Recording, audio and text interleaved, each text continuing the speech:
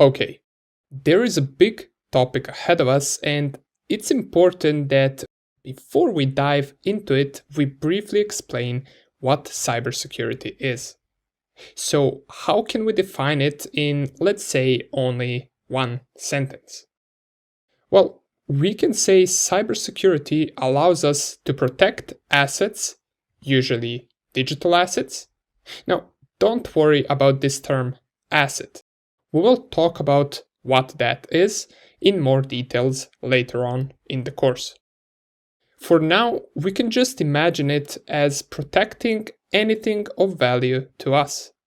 This can be anything from our private and personal information to our website or application to our entire company's data and business plan. Cybersecurity's goal is to protect all of that. Now, in an ideal world, there is no need for cybersecurity because every person is good and won't use anything for bad cause.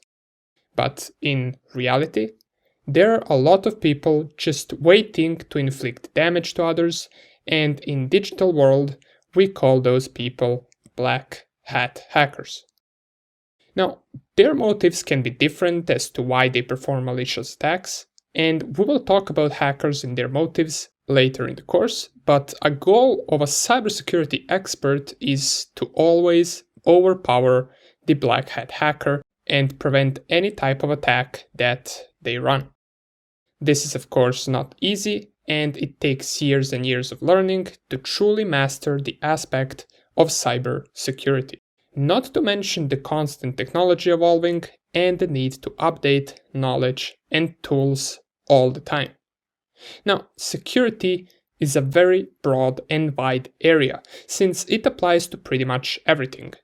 It can apply to your personal computer or device security, your network security, mobile phone security, server security, application security, and many more. Even these 5 things that I just mentioned can also be narrowed down and split. For example, mobile security can go into Android and iOS security. Website application security can narrow down depending on the technology on which that website is built, and the same applies to all the other things as well. Anyways, you get the point. There is a lot of work ahead of us, and after this course, you will have a pretty good knowledge of cybersecurity in general. However, it will be up to you to choose in which branch you want to further proceed with your work, since mastering security in details for everything is not possible. Luckily, things get a little bit easier for us once we get a job as a security expert in some company. First thing is that most of the companies have multiple security engineers and experts working in different branches of security. Cybersecurity roles are also something that we will dive deeper into later in the course, but it's good to know that if we might lack knowledge in certain aspect of security, let's say for example in mobile security, there will probably be a colleague of ours in that company that can fill that role in. Besides that, another thing that makes our life easier is that there are many tools and softwares in existence that can help us automate security jobs that can get quite repetitive and boring after some time. These tools also allow us to perform our jobs a lot faster, and when it comes to security, speed and time are also an important factor.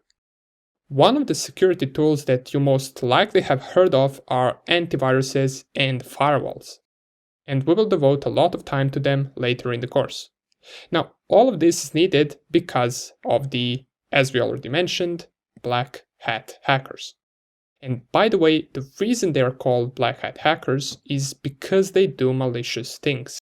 There are also good hackers called white hat hackers. Now, these black hats also have their own tools that allow them to automate the attacking process and to exploit their target with those tools. They usually exploit their target with something called a payload, which is a piece of software dropped on the target machine and is used to compromise it. The number one motive of black hat hackers is as you might have guessed, a financial gain.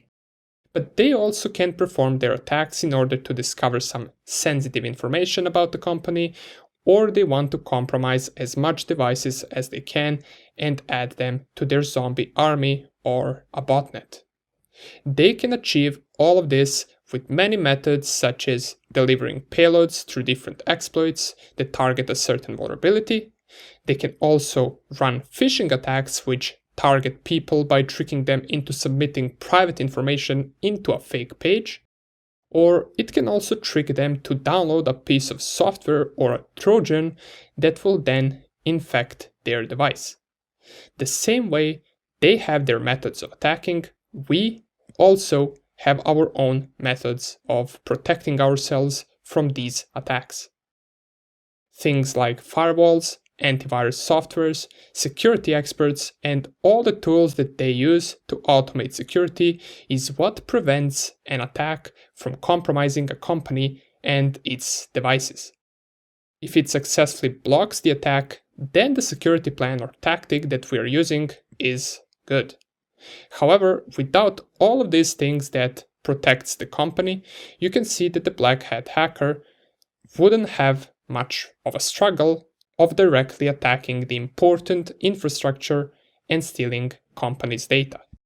And in the case where there is no security, the hackers compromised all of the data and the company lost all of its valuable information, while hackers got away with it. Okay, this would be most brief introduction as to what cybersecurity is and why it is needed.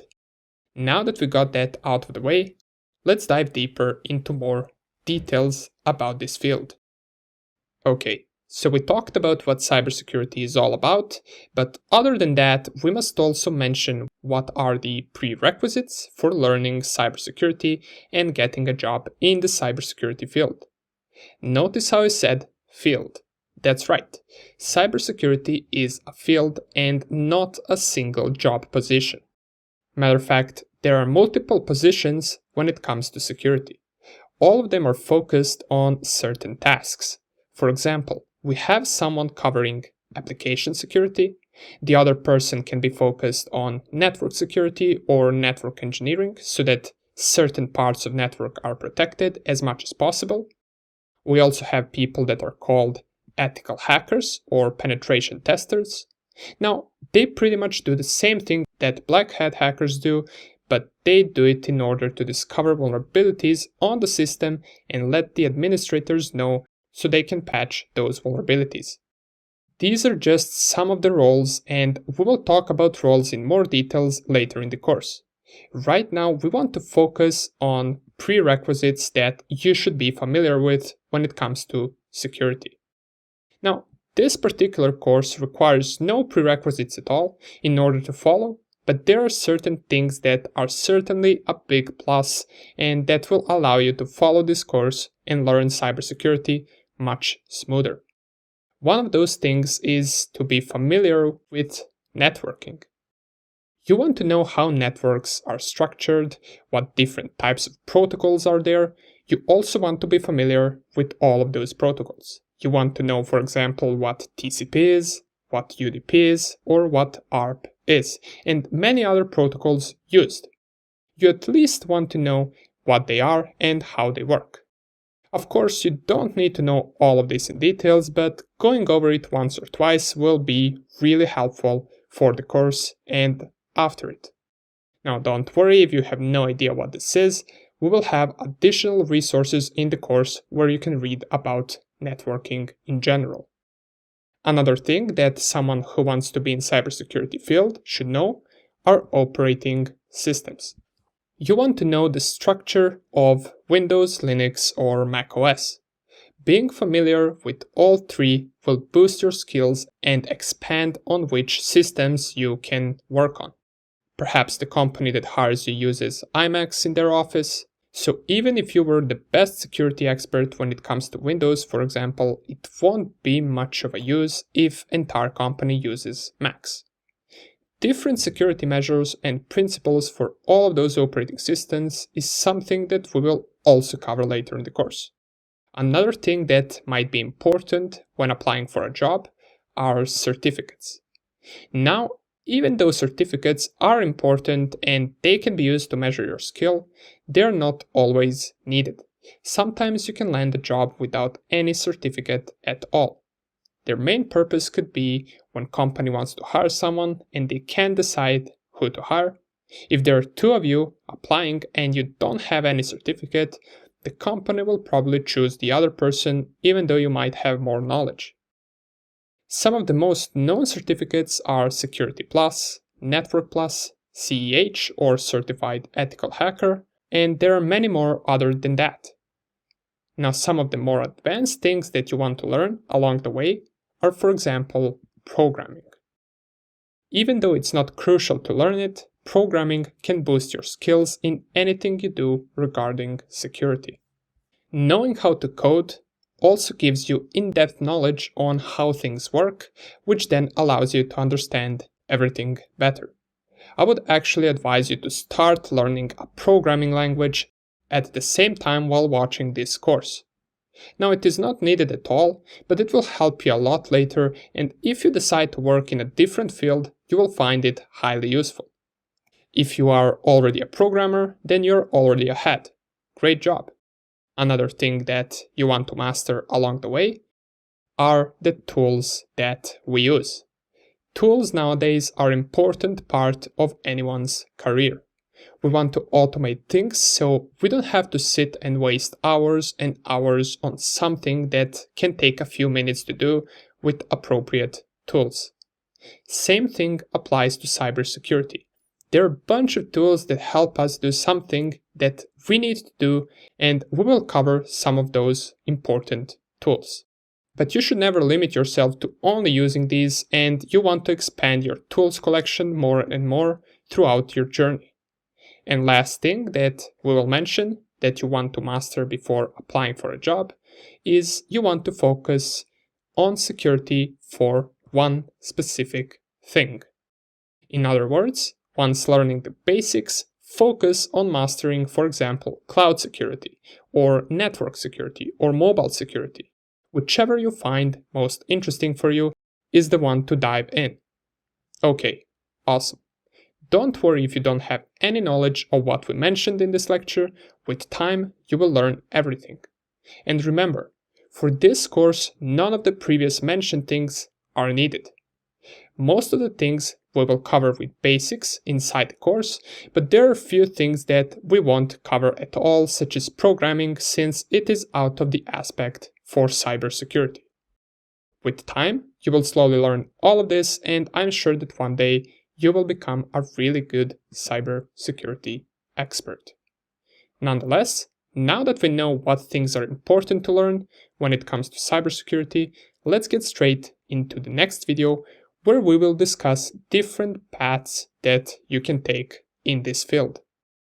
Okay, let's quickly talk about possible paths that you can encounter during your cybersecurity career. Now, this is not to confuse with cybersecurity job roles or positions that we will discuss in details in some future lecture. We will just mention most common paths that you should be familiar with. Now, most of the people I know that became security experts actually started in some entry-level IT positions such as help desk technician or basic level network administrator. Of course, this is not always the case, but usually it's how we start off in our journey. Once we get to exploring cybersecurity paths, we encounter these broad divisions. First, we have people called security engineers. Security engineers' main focus is to implement defense strategies into various types of systems. Similar to this is something called security architect. For this type of work, usually networking and system administration skills are something that are important. Besides system engineers, another common path is to become an incident responder. As an incident responder, your main goal is to monitor company's network and devices, and also to be able to stop the breach as soon as it happens. And a security breach is simply a company's data or company's devices getting compromised. And just so you know, even most secure platforms sometimes get a security breach, and it isn't that uncommon nowadays. Besides this, companies usually also have security consultants. Security consultants' job is to usually enhance the company's security by providing recommendations in how to strengthen different security measures. Usually knowledge of threat management, penetration testing, and knowledge of different types of systems such as operating systems is always welcome with this position. And perhaps the most interesting path that you can take, and no, I'm not saying this because I chose this one when I started, is the path of ethical hacking or penetration testing.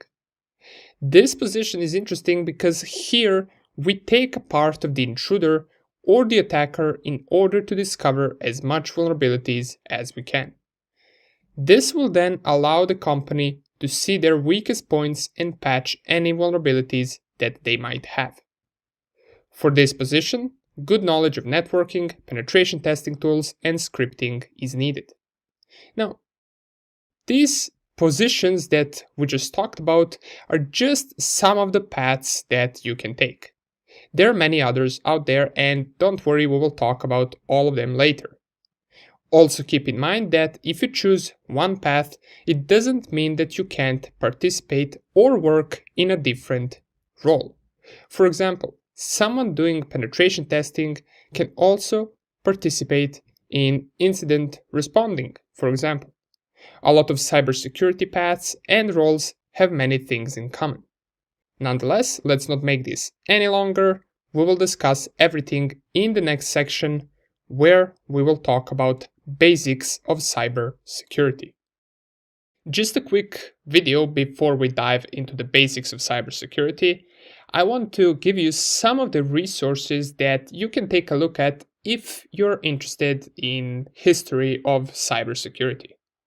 Now, this is not something that we'll cover in this course, but I'm going to leave some of the resources that you can take a look at and read if this is something that you want to know.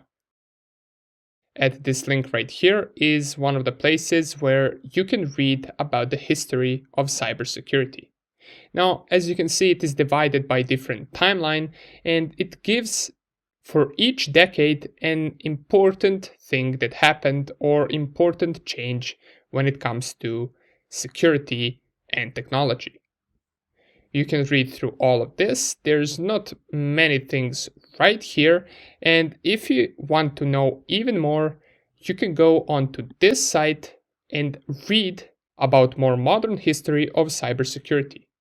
If I scroll a little bit down, here you will see the date of the first worm, the date of the first cybersecurity program, the spread of the Vienna virus, virus meet antivirus, and many other things that happened in the modern history of cybersecurity.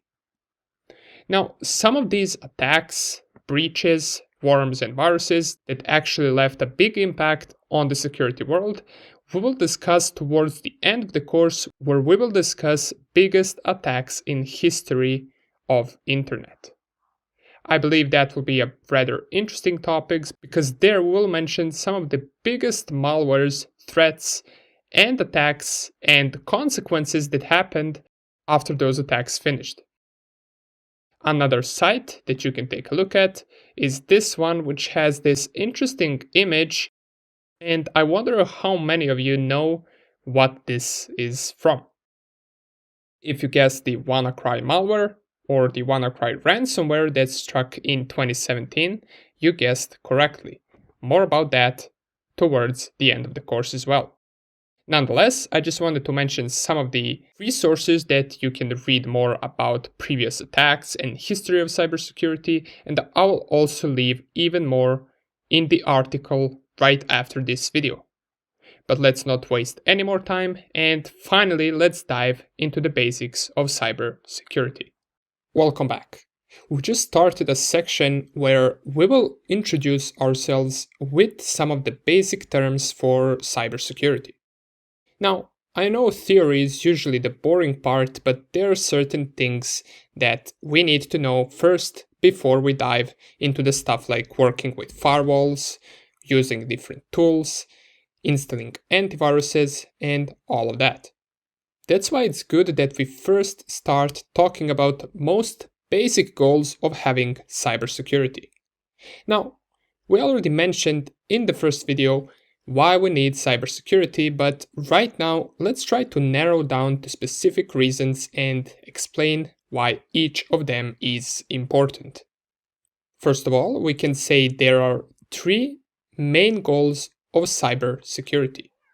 Now, different companies implement different cybersecurity plans and strategies, but all of them have these three things in common. First goal of cybersecurity is confidentiality. Now, confidentiality simply means keeping the sensitive data private and accessible to only authorized users. This is important for both privacy and security reasons. We always want to be the only ones who can access our own data. For example, important company data has to only be available to certain employees and to people who need access to it for their work. You would never want your business plans and strategies to go public and to be accessible to anyone wanting to exploit that or to be accessible to your competitors. Because remember, there will always be people who would want to get their hands on the data for their own reasons. Now, this data can be anything from business plans for a company to accessing money for online banks to perhaps accessing private user information on certain websites. Imagine any of that leaking to the open world and for that data to be accessible without any authorization whatsoever. That company would lose credibility fast. That's why preventing access to everyone and giving access to certain people is a good approach to protecting your data. This can be done by encrypting the data, by using password and two-factor authentication to access the data. The more steps to authenticate someone, the better. However, this is not the only important thing for cybersecurity. We also need integrity. Now, integrity is ensuring that even if the data is being transferred between the right endpoints after successful authorization, it must not be altered with in the transmission. We always want to receive the exact and correct data that was sent, and we don't want it being intercepted and read or changed. This is where encryption also comes in play by making the data unreadable, even if it gets intercepted. If, for example, some software is being downloaded, we must make sure it's also the correct one so we don't end up running something malicious. And besides all of this, we also must make sure that anything of importance to us has a well-secured backup.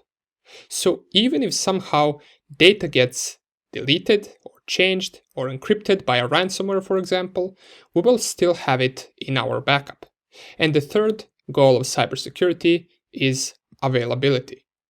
This means that even after all of our security strategy implementation, we must make sure that the data is easily accessible to people who must access it, for whatever reason. Sometimes, if you implement too much security measures, things start running slow, which is normal as it has to go through a bunch of security checks. We must make sure that the strategy is implemented securely and correctly, but also that it doesn't decrease the speed too much. Now, for regular people like me and you, whether speed is 10% less or not doesn't really matter much to us, but for big financial companies, speed decreasing can lead to huge financial losses depending on what they do. Nonetheless, these would be three main goals to always have in mind when developing a security strategy, and always ask yourself whether these three measures were met. Okay, in the next video, we're going to talk about blue teams and red teams, which is another cybersecurity term. Alright, blue team and red team. These are the terms that you will hear a lot if you decide to work in security field. You will also most likely work in one of these if cybersecurity is your career path. So let's quickly explain what are they. First, we have a blue team, which is a defensive security team that consists of professionals responsible for maintaining the defense against all cyber attacks and responsible for creating a security strategy. And on the other side, we have a red team. Red team consists of security professionals who are trained to attack and break into the systems. Now, it's important to have both of these teams. Imagine it like a small war between one another, which helps to increase security overall. Blue team, which is responsible for defense strategy, can improve the strategy if red team succeeds to break into it. Blue team has their own methods of protecting and establishing a security strategy. This can be, for example, setting up firewall, setting up honeypots and antivirus softwares, and logging softwares on the endpoint devices. Of course, other than just setting up those softwares, it is important to regularly monitor the traffic and the occurrences on the secured network and devices. On the other hand, red team is, as we said, responsible for breaking those defenses and getting access to the systems or compromising the target network. Same way blue team has their defense strategy, red team has its attack strategy, which consists of information gathering, fingerprinting, scanning the target, and performing vulnerability analysis to find a weak point or a vulnerability in the system. Then they can use different methods such as social engineering, phishing, exploiting known vulnerabilities, and running payloads and exploit codes against the target. Now, besides blue and red team, there is also something called purple team. Purple team doesn't have to be a single team, but in most cases it is. Its job is to bring the red and the blue team together to work and to share information. Now, you might be asking, well, isn't this logical already? Yes, but the red team's success is essentially measured by blue team's failure. And nobody wants to be the one failing, so sometimes blue team might not report something to the red team or vice versa. That's why there must be someone who can manage both teams and encourage them to share information, as the ultimate goal at the end is to have the best possible security and not to see who performed better. Remember at the beginning of the course when I mentioned something called an asset? Well, it is an important term when creating a security strategy. Now, asset is not always the same thing, so we can't define what it is, as it depends from company to company. However, we can define it broadly as an asset being most valuable thing that company or a person has. Of course, there can be multiple assets and each of them can have their own value, but it's important that before even developing a security strategy, you talk to the person hiring you or you talk to the company that you are developing the strategy for and discuss what are their most important assets. This is important because if the strategy is really good, what's the point if it's protecting the wrong things, right? Now, as we mentioned, assets can be literally anything. It can be files that the company has. It can also be perhaps the main servers of the company that are required for it to run. Sometimes an asset can be physical assets such as hard drives that have a backup. Remember, security isn't always implemented just online. You can just as easily have someone physically walk into the office or break into the office and steal device or hard disk or just look through them and put them back. And in some cases, asset can be personal information, whether it being for one person or for all the users that are registered on a specific service or website. That is also an important asset for companies. We already discussed that a company can lose its reputation if its users' private information gets stolen or leaked. These are one of the most usual assets to protect and to focus on, but as I said, it can be anything, and it's important to always communicate about this with the person that you're developing the strategy for. Usually, when protecting assets, we want to ensure those are our strongest points in security, and we can develop something called layered security around it. This means we have multiple security measures covering it, so in case one gets broken into, there are still more things protecting it. Most basic example of a layered security that you all most likely have encountered and used is two-factor authentication. For example, if your password gets leaked and hackers get it, you still have your code arriving at your mobile phone or email, which is still needed to log into your account. In this case, an attacker not only needs to know your password, but he must also know the code for two-factor authentication. Anyways, now that we know what asset means, let's move on to the next lecture. Okay, this is an important topic. What are the most common ways that different organizations get compromised? Now we can go in history and take a look at different types of the attacks that occurred on some larger companies and analyze the attacks like that. And we will do something similar towards the end of the course, but right now I want to discuss most common types of the attacks. Now usually it starts small, by an attacker compromising just one device within that company. Usually that device was the weakest point that allowed the attacker to get access to the inside network.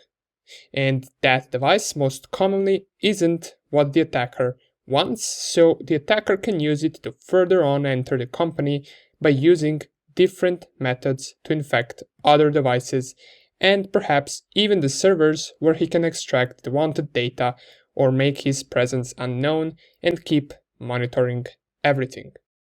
Usually the attacker will drop some type of payload, whether it being a backdoor, a keylogger, a ransomware, or any type of software that will allow him to achieve what he wants with that device.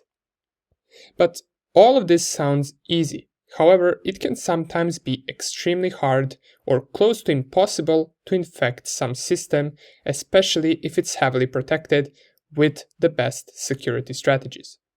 But there are also companies that don't want to invest too much into security and they later pay the bigger price after getting compromised. One of the most common ways that systems and devices get hacked is through unpatched vulnerabilities. Now, this is usually due to some service or software running on a device that didn't receive latest updates or patches. This is why it is always important to regularly update your device operating system as well as all of the services that it might have. Always update to the latest version. Now, how hackers discover this is usually a standard procedure. First, we have a developer writing a code for some software. The developer might not pay that much attention to security details, so when the attacker looks through the same software, whether by reverse engineering it, or by disassembling it, or simply by just checking the code of the software if it is open source. He can perhaps notice a vulnerability or a bug within that code.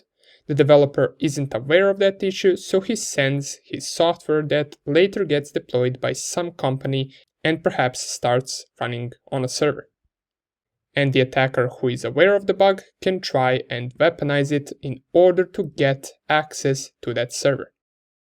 There, he can install his payload, which then gives him the full control of that server, and all of that because of a small bug in the code.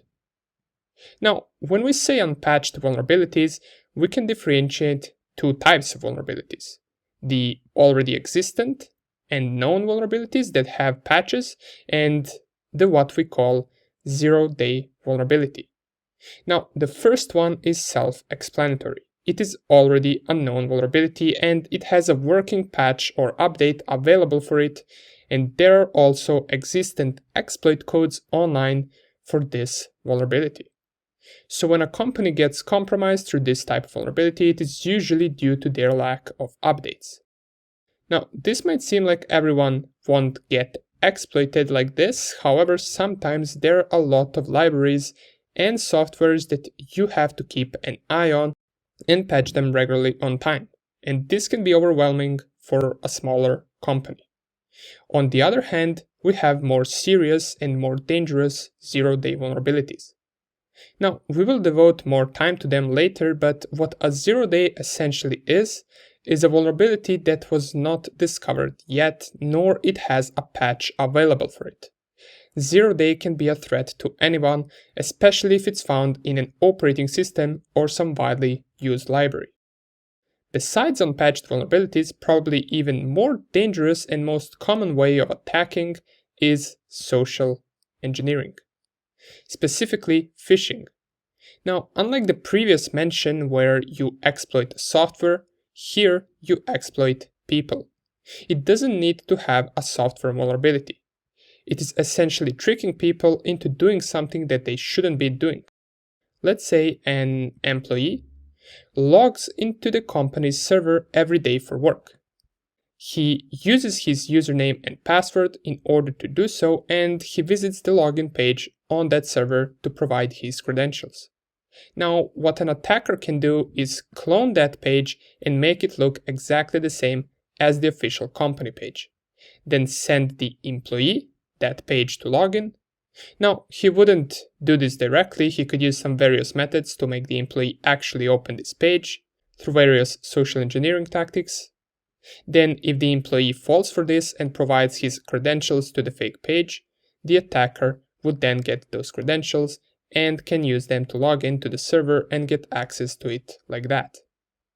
And the third most common vulnerabilities that get a company or a device compromised is weak credentials. Now, this is something you probably heard a billion times, but it's true. Having strong credentials is very important as a security measure. For example, the username and password that you see right here will get almost any company compromised due to its password being rather weak.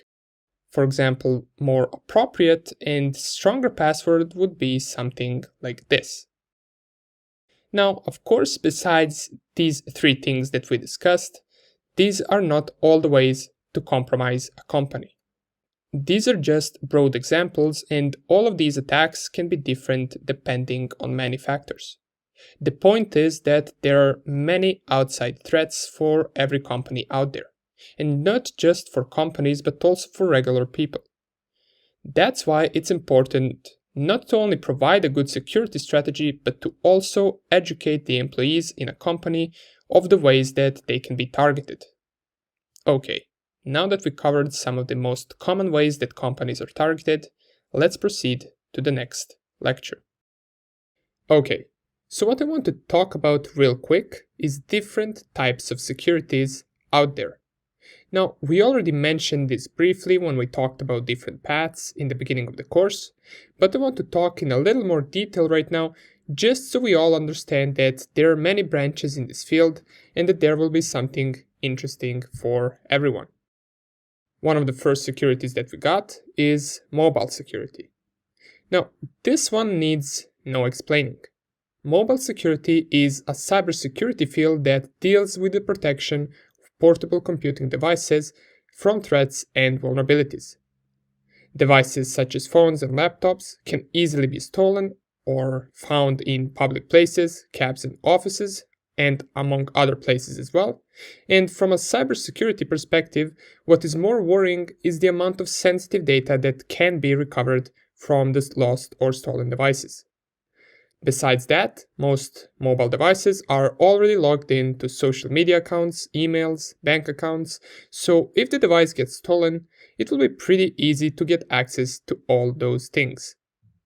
Now, one prevention or measure that you can do to prevent losing your device is to turn on device tracking, which exists in both iPhone and Android. On iPhone, it's called Find My iPhone, and on Android, it's called Find My Device. Next thing we have, which is also quite important, if not the most important, and that is software security. As we know, any program is software, and having bugs in softwares can result in critical vulnerabilities. That's why it's important to regularly check for any logs that might indicate software acting weird or not doing what it's supposed to be doing. And even more important is to check for security bugs during the production of that software while it's still not published.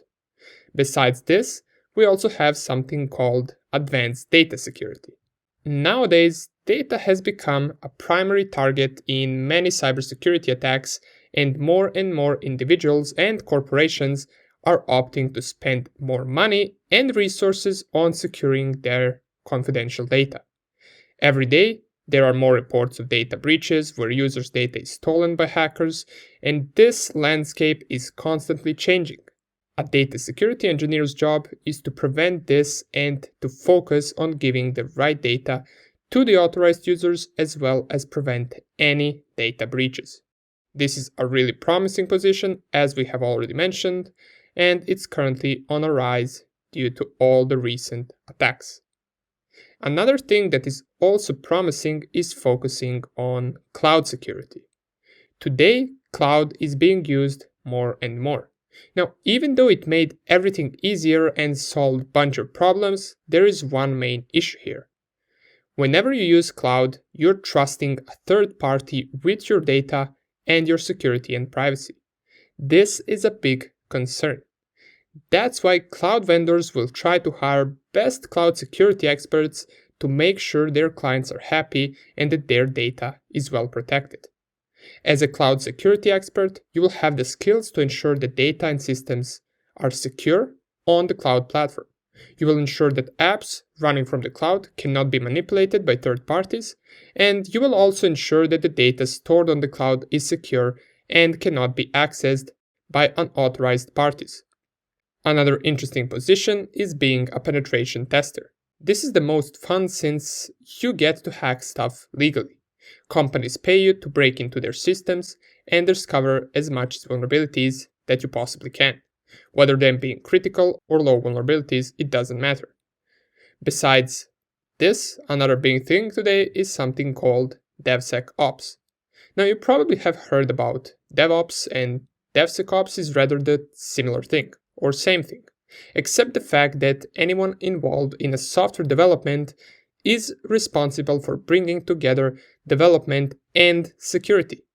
Initially, security used to be an afterthought, and the development team would build the software first and then integrate security into it.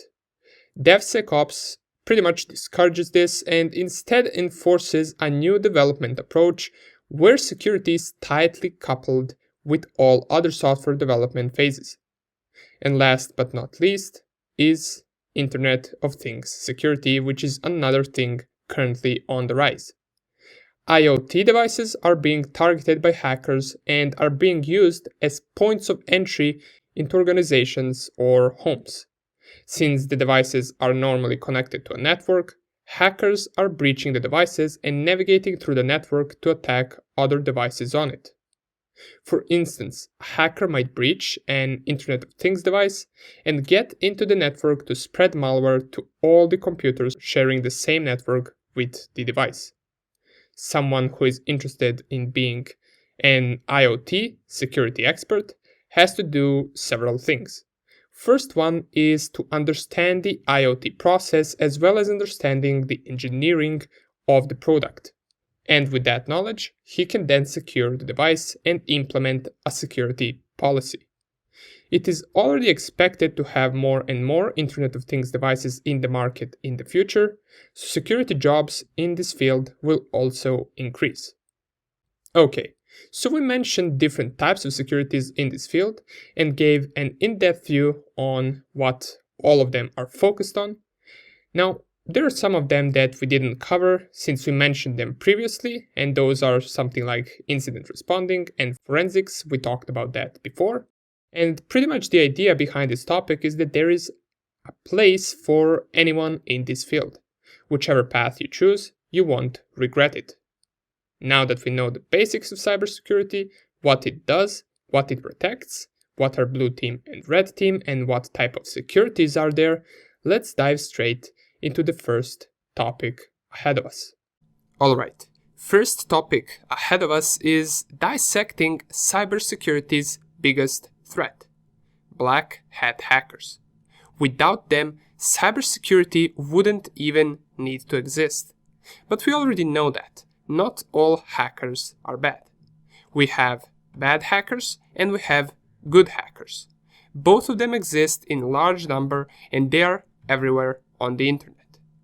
Bad hackers are there to inflict damage, while good hackers are there to protect and secure. But it's time we start using real terms for this that we're already introduced to. Let's refer to bad hackers as black hat hackers and to good hackers as white hat hackers. Since we already know what both white hat and black hat hackers intend to do on the internet, let's move our focus on the black hat hackers since it's much more important to understand the bad guys. Let's dissect black hat hackers by their main motives as well as by their personality traits. Now, it's important to mention that not all the black hat hackers will have these traits and these motives, and sometimes they can be rather deceiving both in real life and in cyber world. But most of them will, however, have some of these traits and motives. Okay, let's talk about the motives first. One of the most obvious one would be monetary or financial gain. As everyone else in this world that works for money, so do the black hat hackers. They just decided to use their skills for bad cause and to earn money illegally by hacking and phishing other people and companies. This is simply due to their desire to earn more money faster. With illegal hacking, a lot of money can be made, and that is why some people with hacking skills turn to the bad side. Some of the hackers don't even have to do their illegal activities themselves in order to earn money. For example, they can code their own exploits and tools that they will later sell to other people on the deep web market who will later use it for illegal stuff. One of the most common and dangerous ways that allows black hat hackers to earn, or better say steal money, is by releasing a ransomware.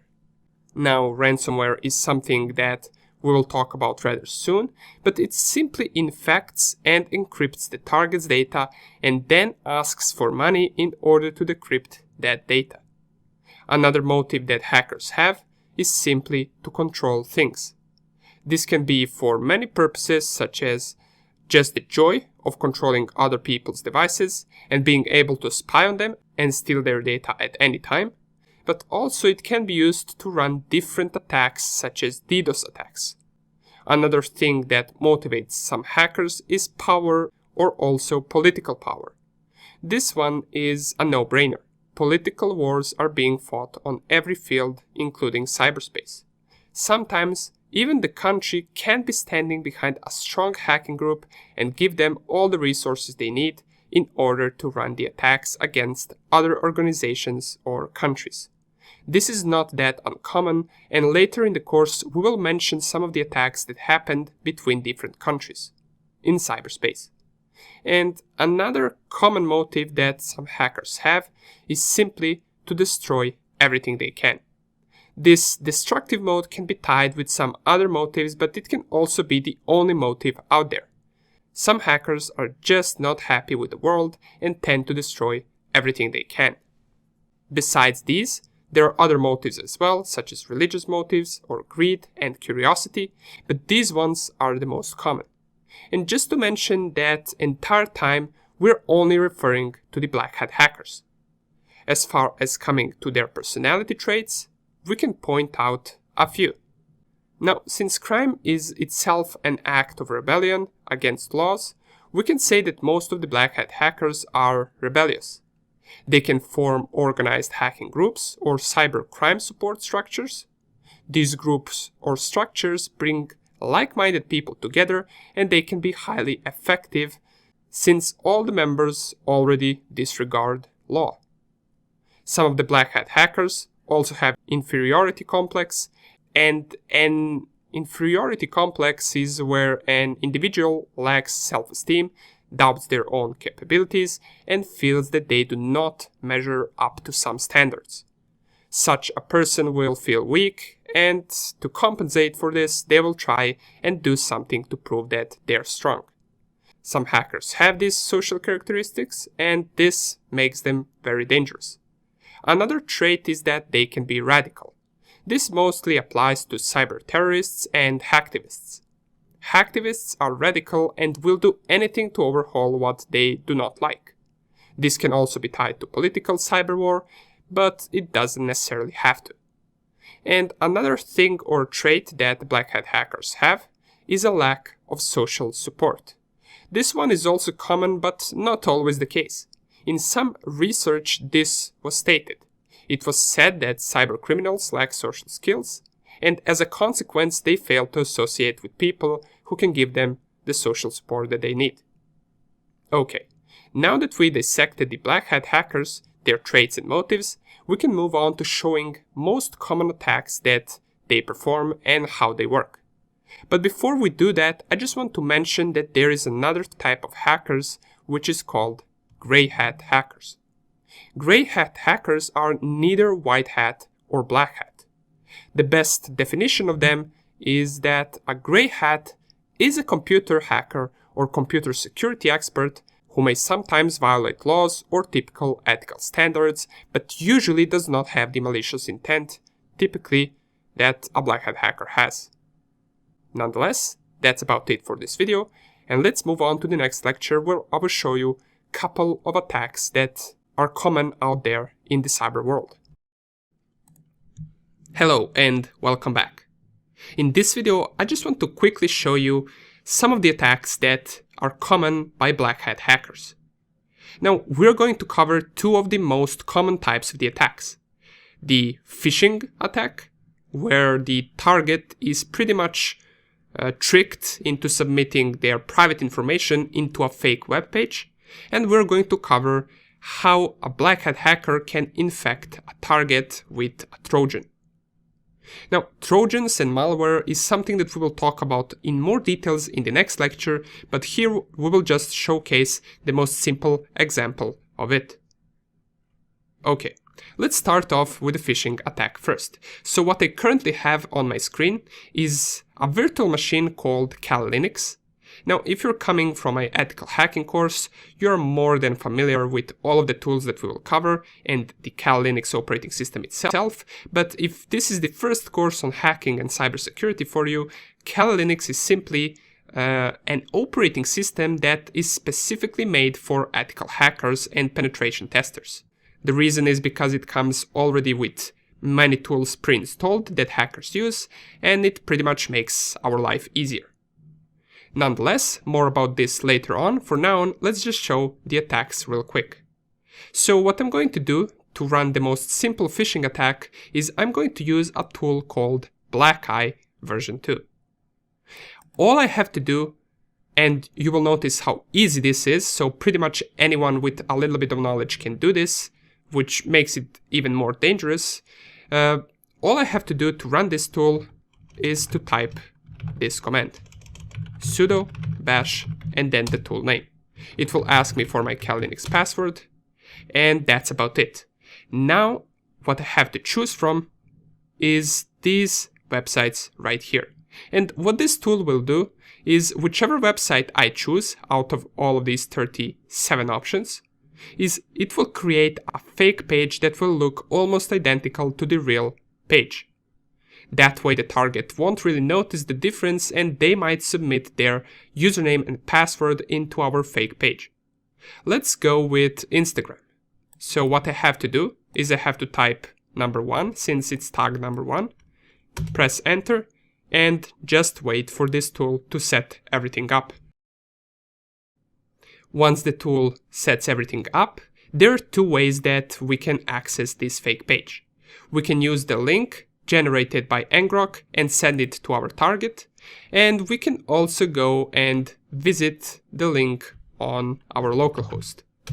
If I type localhost, it will load the page, or should I say the fake Instagram page, where it will prompt the user for specifying their email address and the password. As you may notice, this does look pretty legit if you look at the page itself, but what we can notice is that the link is kind of different. And this is number one thing that you should take a look at whenever you're entering your private information anywhere. Check whether the link is from the original website and that it is not a phishing link. This is usually the number one thing that gives away phishing attacks. Okay, let's say the target didn't notice that this is a phishing link, the phishing website, and they specified the username, let's say test@gmail.com, and the password, let's say the password is 123456, just for the purposes of this lecture. They click on login, don't save, the page will load. Back here in our terminal, you will notice that we actually got the account name and the password. So now we successfully stole this person's details, their username and their password. And the funniest thing is that the target might not even notice, because right now it loaded the official Instagram page right after they typed their credentials. The phishing page was made so that whenever they type in their credentials, it will automatically redirect them to the real page, as we can see right here by the link, where they might think right now that they perhaps typed something incorrectly. Perhaps they typed the password incorrectly, therefore it's asking them to log in again. Then they will log in again, this time it will work, and they will not think about this anymore. Now, do you see how easy this can get? And as you saw, it's not really hard to do. All you need to know is to download this tool, run it, and pretty much you're set to run a phishing attack. Now, of course, this is one of the most simple phishing attacks, but it can still trick some users. These phishing attacks can get much more complex and harder to notice, but for the purposes of this tutorial, we just want to show how they look like. Okay, let's move on to the second attack, which is simply running a Trojan on the target system. So to do that, we must first create it. And to create the most simple Trojan or malware, I simply used MSF Venom. I ran this command. So this is the command that I used. I used the MSF Venom tool to create the payload for Windows. The payload is using reverse TCP. In other sense, it's pretty much a reverse shell. The payload itself is called Meterpreter. I set my local host, the IP address of this machine, this virtual machine. I chose the port number to connect to. I set the platform of the target to be Windows, the file to be exe, since that is executable for Windows, and I named it shell.exe. I already created this program and it's right here on my desktop, as you can see right here. Now, this is also one of the most simple reverse shells that you can create. And this really isn't a Trojan, as we will learn in the next lecture once we talk about what exactly a Trojan is. But this shell.exe, which I also transferred right here on my desktop of Windows 10 target machine, can easily be transferred into a fake, let's say, PDF file or a fake image or pretty much any type of file that I want. I could have also changed the icon, making it seem like a legit program. But for this lecture, I'm not going to do that since that is out of the aspect for this section. What I want to do is simply just run it. We will learn in the next lecture that Trojans must be ran in order to infect the target. So in order to run it, I need to use something called a listener. Now, listener is simply something that will listen for the incoming connections.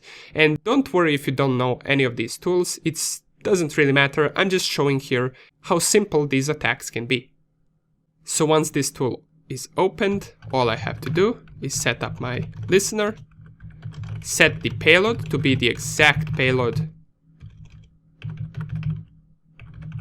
that I chose for my reverse shell, and set the local host or the IP address and the local port. Now once I press run, it will listen for the incoming connections on this IP and on this port. All the target has to do is to double click on this shell, and that's pretty much it. Now imagine that this was an image, or it appeared to be an image, and they just wanted to check it out to see how it opens up. And you will notice that nothing really happens. On the target machine, there's nothing that changed. It only appears as if this program didn't execute at all. But if I go back to my virtual machine, where I have Kali Linux running, you will see that we have session 1 opened. And if I run this command, get user ID, here we see that I'm on the Windows 10 machine. And from here I can run whatever I want. I can run ifconfig to check out all the networking interfaces on the target machine. I can run dir command, and this command will simply print all the files on the target's desktop. As you can see, these files right here are these files right here. I can also enter a shell within this meterpreted session, and here I can pretty much type whichever command I want, and it will be exactly the same as if I was using the command prompt on the Windows 10 machine. Let's close this. And there are also some cool commands that I can run, such as screenshot, which will screenshot the target screen, and it will save it in the current directory that I'm at. It also gives the path where the screenshot is saved, so it's saved in this black eye directory. Let's go there. And here is the screenshot. Here it is. Now the screenshot might appear as if it's a screenshot from Kali Linux, but that is only because I'm running my Kali Linux virtual machine on the Windows 10 target machine. You can see that it actually took a screenshot of the Windows 10 machine because here are the Windows icons down there. So there is no limit as to what I can do right now on the target machine. I can spectate a webcam, I can listen on the microphone, I can change files, upload files, download files, delete files, steal all the files. I can do pretty much anything that I want. And all the target had to do is double click this program. And on their desktop it appears that nothing else is happening. Okay, you get the point. These are the two most common attacks out there by black hat hackers. And you notice how easy it is to run some of them. Not to mention that we only ran the most simple attacks in this lecture, and even these simple attacks can be effective against some people.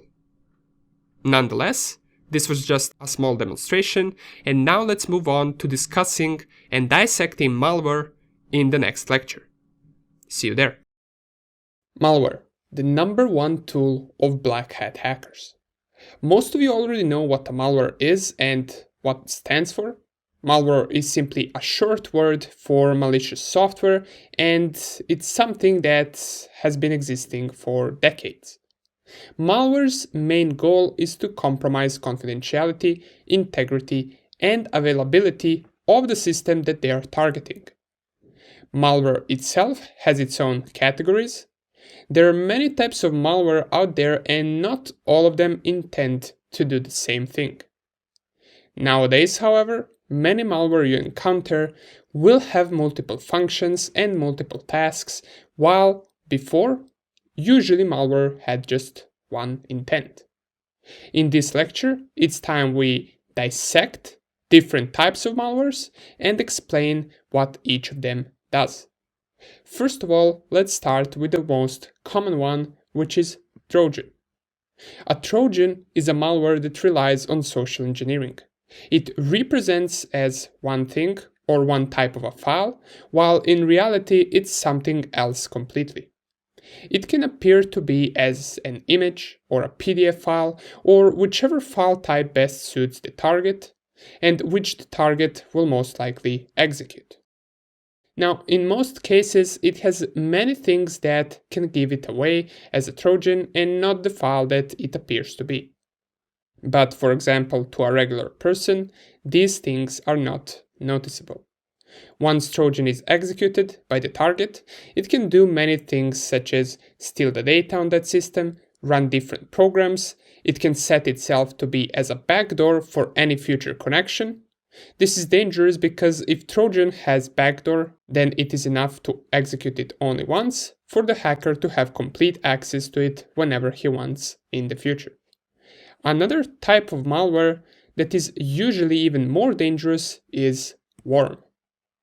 What makes worm so dangerous? Well, it's the fact that worms usually exploit unpatched vulnerabilities.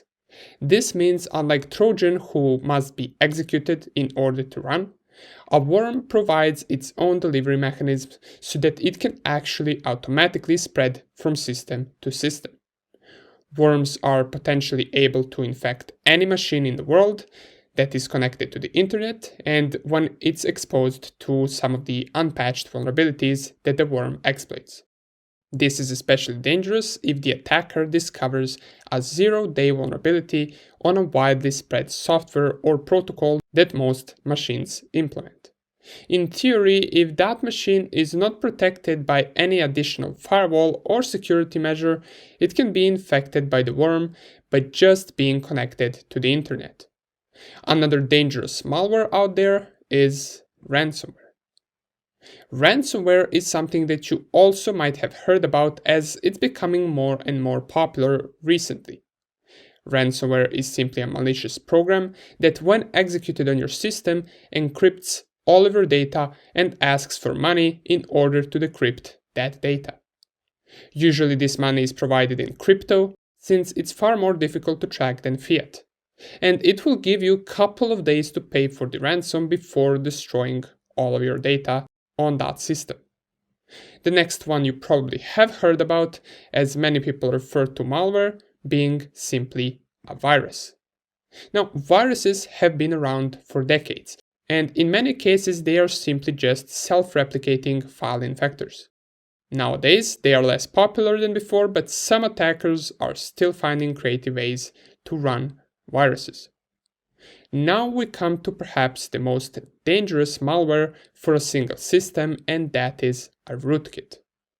Rootkit is a malicious program designed to give unauthorized access to a system or a software.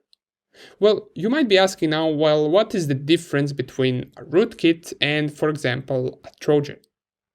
Well, rootkits are hidden deep inside the operating system, and they can commonly be very, very hard to remove, and in some cases close to impossible to remove. Not only that, but they can sometimes be very, very hard to detect as well. And last but not least, we have spyware. Now, spyware is simply a program that is used to spy on you, as its name says. This can be for many purposes, and sometimes it's even combined with something called adware. Spyware can spy on things you visit and look on the internet, and adware will show you these ads in order to get you to buy something. These are pretty much the most common types of malware out there. And what's also important to mention is the ways that it can spread. There are 5 most common ways that the malware spreads. It can spread through unpatched vulnerabilities, security misconfigurations. It can spread to weak, leaked, and stolen credentials. It can spread through social engineering, and it can always spread if there is an insider threat. Now that we covered different types of malware that black hat hackers use, and we mentioned how they usually spread, I will leave some additional resources right after this lecture, and let's discuss in the next lecture, is there anything that we can do to simply stop the hackers? Okay, so the important question arises. In the world where black hat hackers tend to attack and destroy, is there anything we can do about that? Well, we already know we can prevent them in many cases, and we will cover certain methods of stopping and preventing attacks, but then comes the next question. Can we actually catch them? Well, this can be a lot harder than preventing them. Plus, there are certain factors to take into consideration when catching a black hat hacker. These would be 3 main things. First one is how good a hacker is. This one is of course important because if a hacker is just running some scripts and has no idea what he is doing, then eventually he will leave trace and clues behind which will lead back to him. The second thing, and probably the biggest reason hackers get caught, is because they are careless. Or should I say they become careless with time. Some of the biggest black hat hackers got caught due to not being careful enough, and after a certain time, they don't feel threatened, so they don't pay attention to small details like they did before. Nowadays, you can get traced due to many reasons, not using, for example, layered spoofing protection, not using proxies, or not anonymizing your scans and your exploits. Perhaps visiting a physical location too often from where you run these attacks can also lead to you getting caught. And another funny thing that might get a hacker caught is disclosing important information on social media. And this one is a no-brainer, but don't brag about things that you did illegally. It will eventually lead to you getting caught. But anyways, that's what makes a cybersecurity expert's life easier, right? Now, the reality is that 90% or more of hackers don't ever get caught, as long as they don't try to inflict a massive damage and as long as they don't try to attack governments and big companies. They never really get caught since it is not possible to keep an eye on every cyber attack that happens. And last thing is that it's also important what exactly they did on the system that they hacked. The more action you perform on the target, the higher the probability that you left a trace behind, which can later be used to find you. That's why far more important thing than trying to catch a hacker is trying to prevent a hacker from actually hacking the system.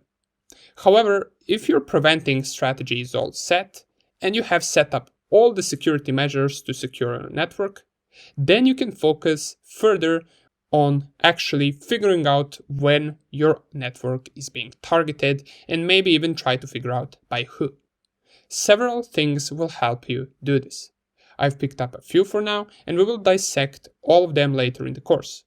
These are having logs, setting up honeypots, and performing monitoring often.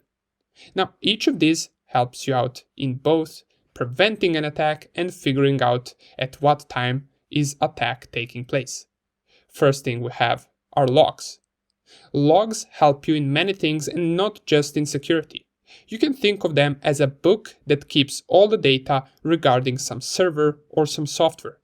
They can help you find if an error occurs somewhere, and they can also help you find whether the software that you're reading logs from is acting weird and perhaps not as it should be. This would be a good indicator that something is wrong and that someone might be doing something malicious. Next term that most of you who are new in cybersecurity probably haven't heard of yet are honeypots. Honeypots are systems that look similar to a real system which are set as a decoy for an attacker. Usually a honeypot server is purposely made vulnerable for an attacker to fall for.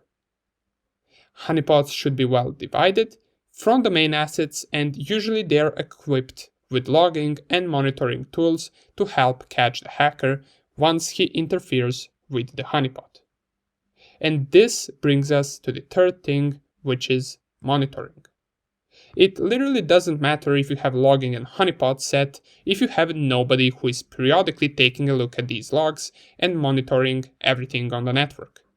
If nobody does this, then even if something is caught in the logs, it will go unnoticed since nobody took a look at it.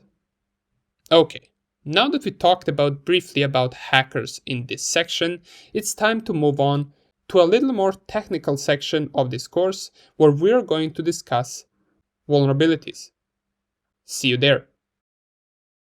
What exactly is a vulnerability? We talked about process of gaining access and making target execute our commands, but let us explain what happens once we exploit a vulnerability. Well, let's start like this, and trust me, if it sounds a little complicated, it will be more clear once we get to practical examples in the next few videos. For now, let's explain it like this.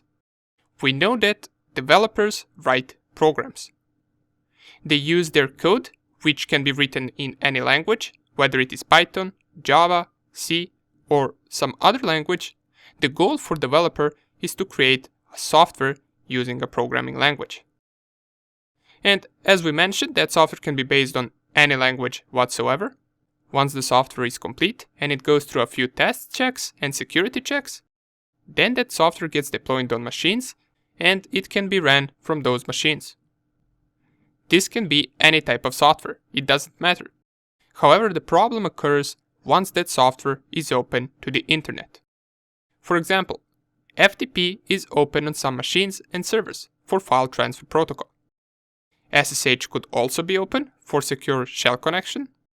HTTP could be open to host a web page that clients connect to. Basically, if your software is hosted on an open port, then it is also open for possible attacks from the outside.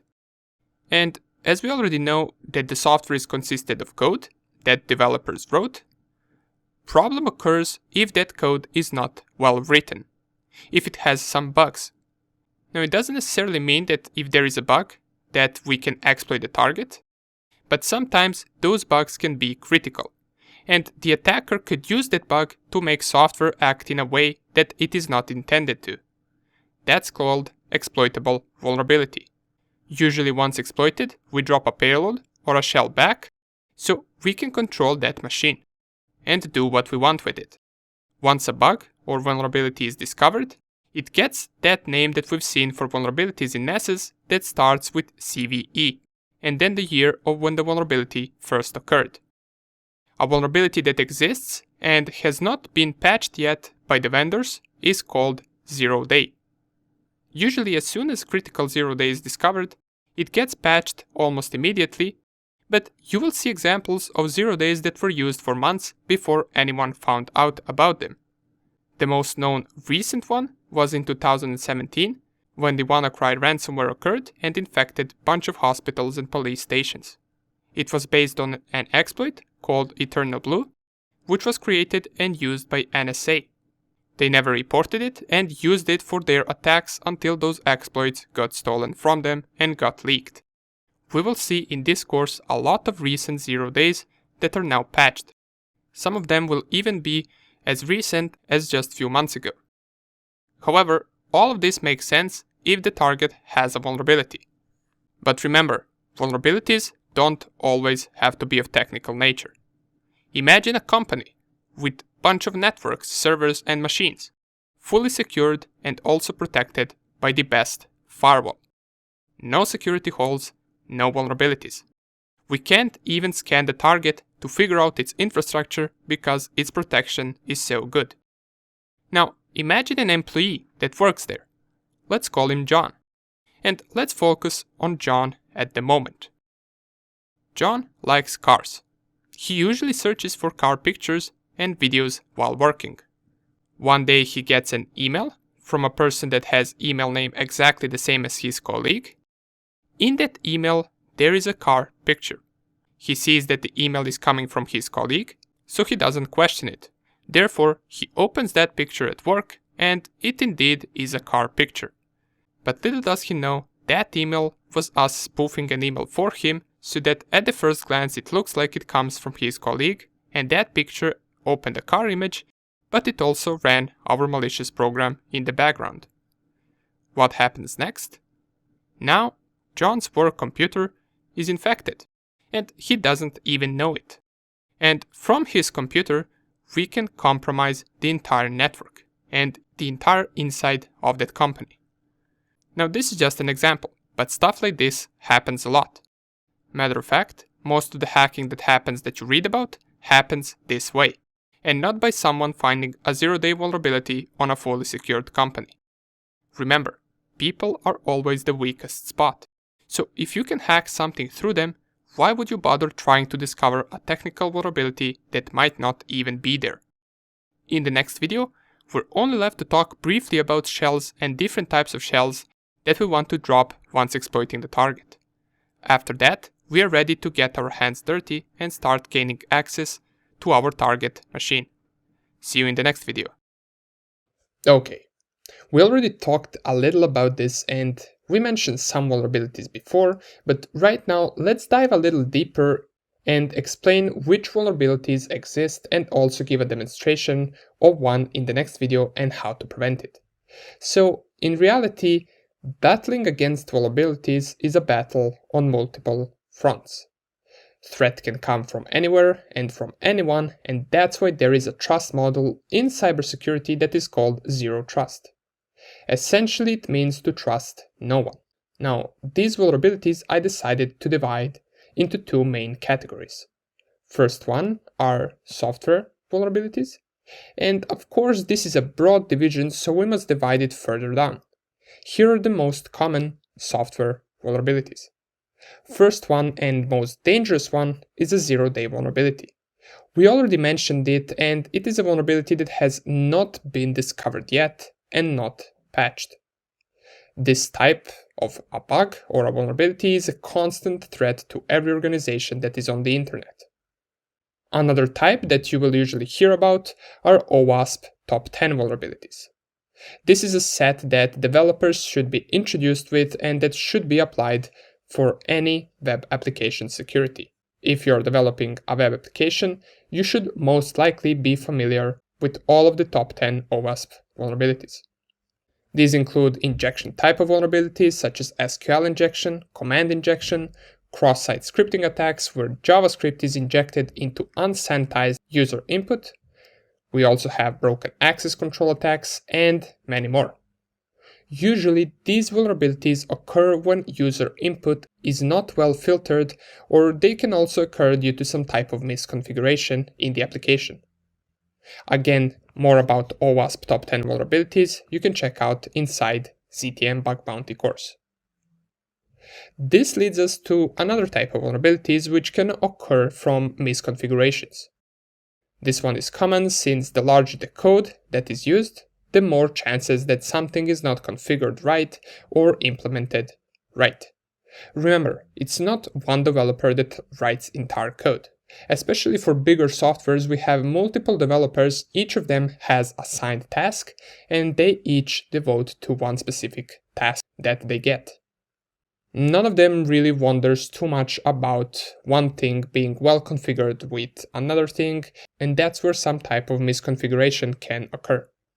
And then this can lead to vulnerabilities which exploit these misconfigurations. They're also common in access control types of configurations. Perhaps you prevent employees from accessing a website configuration page, but you don't prevent them from accessing a different page which interacts with the website configuration page in a way that might allow the employee to change something. Again, this is broad division, as these types of vulnerabilities can occur really anywhere. Another danger comes from outdated software. Imagine a zero-day vulnerability comes out and everyone patches their systems to prevent it except you. You no longer are vulnerable to the zero-day vulnerability but to the outdated software vulnerability, since the patch is already out. That's why it's always important to patch every code and library that you have or that you have used whenever a bug is found. And last but not least, we have man-in-the-middle and DDoS attacks. Man-in-the-middle attacks can be prevented by certain network security measures, which we will talk about in the network security section of the course, but what man-in-the-middle essentially allows you to do is sniff others' traffic on the network. While years ago this was common and possible in almost every network, nowadays more and more security implementations against this are being done. Same goes with DDoS attacks. More and more denial of service attacks are being prevented with different security measures. Now, one thing I want to point out to anyone wondering where these attacks mostly come from, if I had to give you one advice, I would say always check the code where user input can be provided. This is the number one spot where these type of software vulnerabilities occur. Now, these do not include man-in-the-middle attack and denial of service attack, but all the others that we mentioned mostly occur due to invalid user input. Whenever a user input is provided in a place where that user can manipulate the code and make it do something that it isn't supposed to do, just remember, this is the number one spot where vulnerabilities occur.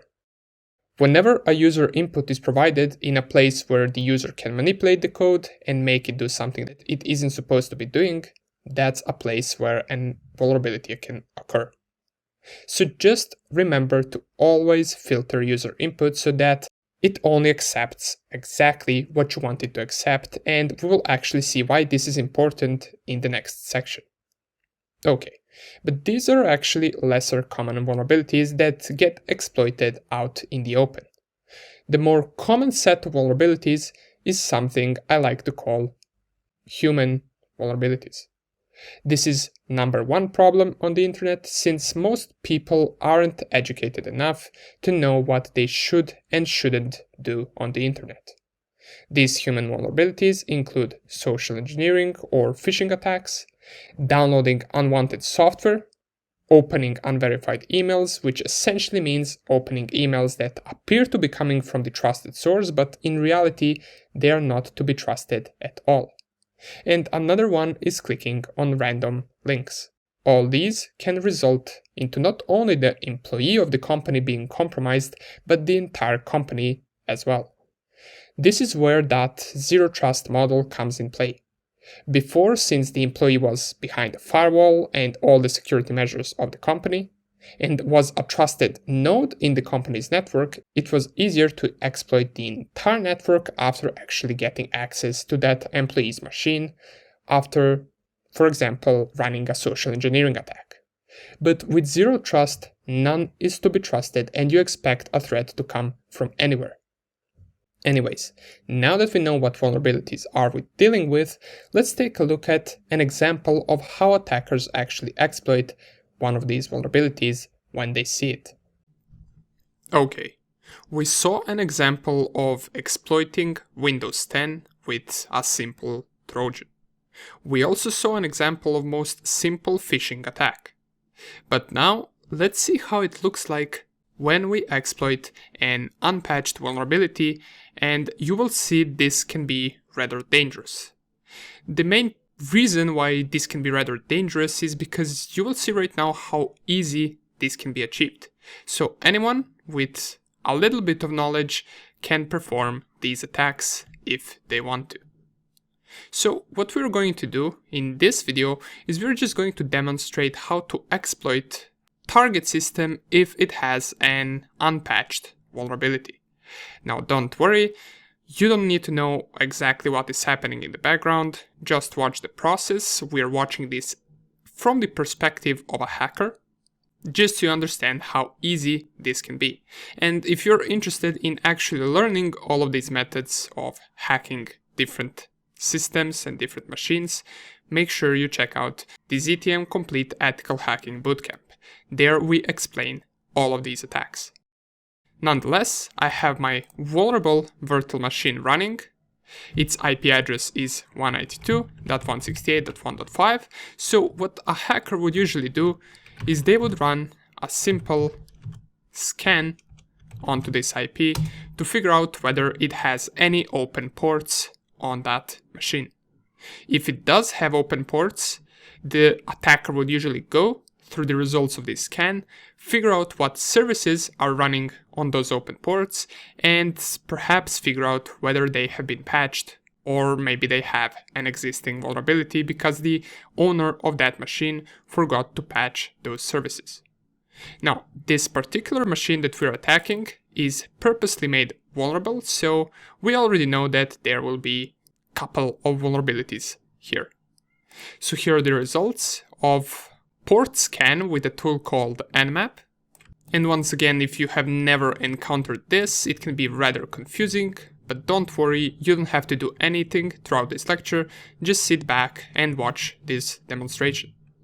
Now, let's start off with a simple vulnerability which results because owner of the target machine didn't update the default password.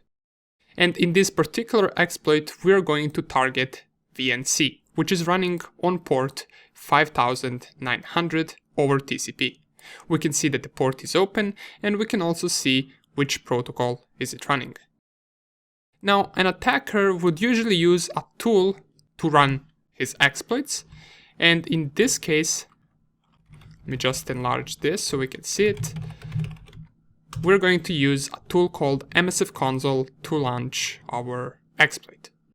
And this is pretty much where the main danger comes from. See, the attacker doesn't really have to know what these exploits do.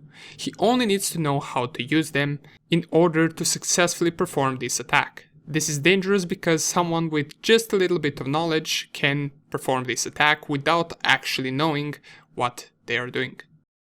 The MSF console has opened up, and for this particular exploit, we're going to use this module. Auxiliary, scanner, scanner for VNC, and we're going to use VNC login module. So we're going to try to log in over VNC. Let's see our available options, and pretty much everything we need to specify right here in order to run this module is the rhosts. And rhosts is just an IP address of the target machine. It will then use a password file supplied by this tool to try brute force the password of the target service. We can see the path to which file it is using, and right now, if we only set our hosts to the target IP and we click run, that's about it. It took half a second for this exploit to finish. It says starting VNC login sweep, and just a moment later we get login successful with the password. So the target didn't change the password. So what we can do right now is we can use this password to access the target system. Let me show you how you can do that. You can simply run a tool called Ramina, which will open this small window, and here all we have to do is select VNC, so not SSH, not RDP, we want to go VNC, and we're pretty much going to be able to get remote desktop on the target machine. We press IP, it asks for the password. We already know because of this module that the password is password. We press enter, and here is the terminal to the target machine. Now, it might be in a little smaller letters, so you might not be able to see it that easily, but this is pretty much a terminal on the target machine. If I run ifconfig, I can see the IP address of the target machine, which is 192.168.1.5. I can type who am I, which will tell me that I am root. So I pretty much have the root access on this target machine. You see how easy this was. Let's show another example of exploiting a vulnerable machine. So we're going to clear this and let's choose a different service, and for this let's use port 139, which is running Samba, this particular version. And what an attacker can do is they can just copy this version that they discovered, go on to Google, paste the version, and once they search this specific version, they might have something like this pop up. Samba username mapscript command execution, which is a vulnerability probably for this particular version that we googled. The attacker can then check which version it targets by reading the description of the exploit. We figure out that this exploit is actually in this MSF console tool, so we can load it straight away just by using these commands. So let's do it right now. Use exploit multi Samba, and then the name of the script, which is usermap script. We can type show info in order to read more about this. So it says this module exploits a command execution vulnerability in Samba version 3.0.20 through 3.0.25 when using the non-default usermap map script configuration option. And if we check which options we need to set in order to run this exploit, it only asks for the rhosts, which is once again the IP address of the target machine. So we can type set rhosts 192.168.1.5, type run, wait for a couple of seconds, and we get command shell session 1 opened on the target machine. Now you will notice nothing really popping up, but if I type who am I, once again, I get the response that I'm root on the target machine. I can confirm by typing ifconfig, which will give me the IP address of 192.168.1.5, which is exactly the IP address of this virtual machine, or should I say vulnerable virtual machine. And this was just a demonstration of two different exploits. Of course, in real life, it would be much harder to exploit a target system because it's highly unlikely that it contains this many vulnerabilities that this vulnerable virtual machine that we targeted had, but you still get the point. Sometimes it can be rather easy to exploit a machine. That's why it's important we learn how to protect ourselves against these types of vulnerabilities. So in the next lecture, let's talk about how we can prevent vulnerabilities. Okay, so we talked about different types of vulnerabilities, malwares, hackers, and all of that, and we also showed some simple examples of exploiting and unpatched vulnerabilities, examples of running phishing attacks, and examples of executing a simple malware on a Windows machine. But all of this wouldn't make much of a sense if we don't also talk about ways that we can prevent all of these. Now, most of the stuff that we will mention in this lecture will have their own lectures and sections where we explain them in more detail. Nonetheless, let's mention what are the basic things we can do to stop the hacker exploiting vulnerabilities. So let's take unpatched vulnerability example first. The attacker scans our device.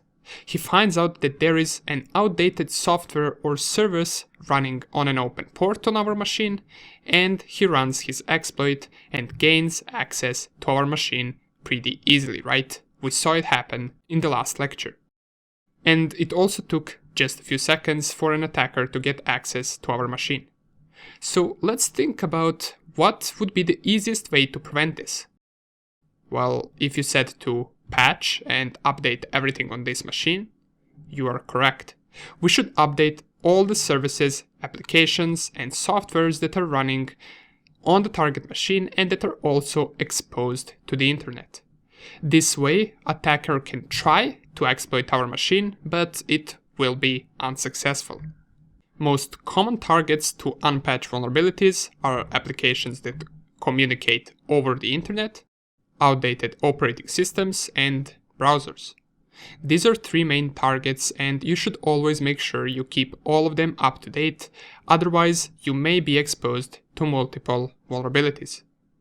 Okay, but besides this, what is another layer of protection that we can add to make it even harder for hacker to target us? Well, we can always add antivirus software and we can set up a firewall to protect ourselves, since firewall can filter all the incoming and outgoing traffic on our machine or network, and it can also notice if some request might be malicious and drop it right away. A good antivirus software can help in malware detection on the system, and it can also sometimes prevent live attacks or live exploits. Imagine that you actually did have a vulnerability on your system and the attacker tried to exploit it. A good antivirus software might actually catch this and prevent your device from running the attacker code. Besides protecting devices with all of these things, you should also share common attack knowledge with your employees in case you have a company. This can also be sharing knowledge with your colleagues, or pretty much with anyone who can be a target to an attack, leading to your important data being compromised. They should be familiar with phishing attacks, how to recognize one. They should know not to input any important data on an untrusted application or website. And stuff like not plugging in unknown USB device into an important system should be a no-brainer, but should also be mentioned since many people out there don't really know the possibilities of getting exploited. Besides that, developers of these apps and softwares that you are running should also be introduced to vulnerabilities. Every application in production should be tested for bugs before putting it up online, especially the user input parts of the application, since that is something that requires special attention, since user input is where 99% of the attacks can come from. Application should be able to process any kind of input and not crash or act as it's not supposed to act. And last but not least, the application should not have higher privileges on the system than it needs. There is no need for parts of application to run with root privileges if it does not require root privileges at all. Okay, this would be briefly about preventing vulnerabilities overall. But right now, in the next section, let's take a practical look at how a simple zero-day vulnerability can occur and how just one incorrect function in code can lead to an entire system being compromised. Alright, it's time for a little bit more difficult stuff.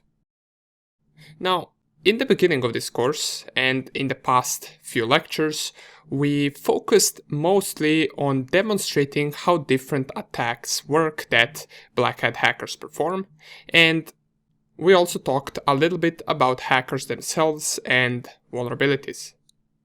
Now, in this section specifically, not everyone will be able to follow since it does require some additional knowledge of programming and knowledge of what stack is and how it's used. But don't worry, I will leave some resources that you can take a look at and learn more about this stuff if you're interested. Okay, so what is this all about? Well, before in previous lectures, we mentioned something called zero-day vulnerabilities. And now we can take a look at how these vulnerabilities can be discovered. Of course, we will be looking at a simple example with simple code so everyone can follow, but you will still need some programming knowledge in order to understand what we are doing. We're going to look at one of the most common vulnerabilities that occur in code, which are buffer overflows. Buffer overflow is, in simple words, a vulnerability where user input is required and stored in a limited size variable without the check whether the user input fits that size. If the code doesn't check if user provided an input that is within the variable size limit, then we have buffer overflow vulnerability, since I, as someone who controls the user input in that program, can submit input that is larger than the specified buffer. Now, this might sound confusing right now, but it will all be clear in an example that we will do. And don't worry if you don't really get everything that we say, since this is really out of the aspect for this specific course, but we will, however, show it just because zero-day vulnerabilities and exploit development are usually taboo topics in this field. We just want to show a simple example of this and how this works. Nonetheless, here are some resources that you can read if you want to get more into exploit development and discovering vulnerabilities with buffer overflow. So once again, before I share these resources, you will need two different things. You will need a little bit of a programming knowledge, and you will need a little bit of assembly knowledge. Knowledge of stack is also quite important, but you will probably understand it along the way. Okay, so right here I have a Rapid7 website, and this article right here pretty much just dives deep into buffer overflows. It explains how they work, what they do, and when they occur. It gives simple code examples, and most of the code will be written in C because that's where most of the buffer overflows will be discovered. And it gives a step-by-step guide into exploiting the buffer overflow for this specific code. Now, once again, if you don't know how to code, don't worry, just sit back and try to understand the main idea behind buffer overflows, but if you don't, it's all good, this will come with time. Second thing that we have is another website called Security, and it also explains what buffer overflows are. It does also have nice pictures, so here we have a stack image. You will also encounter a lot of times these things right here, such as ESP, EBP, and EIP. We will also see it in the next lecture where we demonstrate the buffer overflow. These are important to understand. EIP or RIP being the instruction pointers and EBP being the base pointer. If you don't know what these are, make sure you read about these two before you get into the next lecture, because we will be using it and abusing it. Okay?